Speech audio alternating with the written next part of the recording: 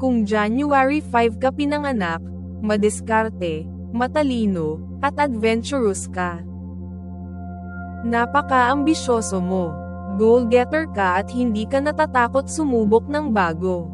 Praktikal at madiskarte ka, alam mo kung paano kumita at umasenso sa buhay. At syempre, sobrang independent ka. Marunong kang dumiskarte ng mag-isa.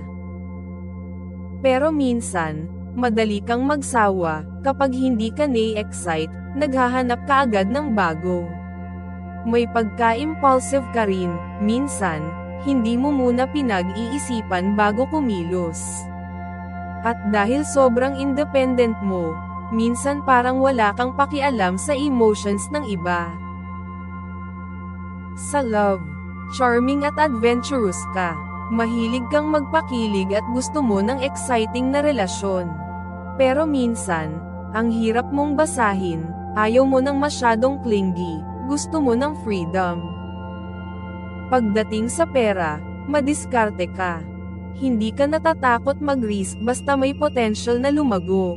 Pero ingat, dahil minsan, mahilig kang gumastos sa mga biglaang trip o luho. Relate ka ba? O may kilala kang January 5 baby? Share and like mo na ang video na ito. Huwag rin kalimutan mag-subscribe para laging updated.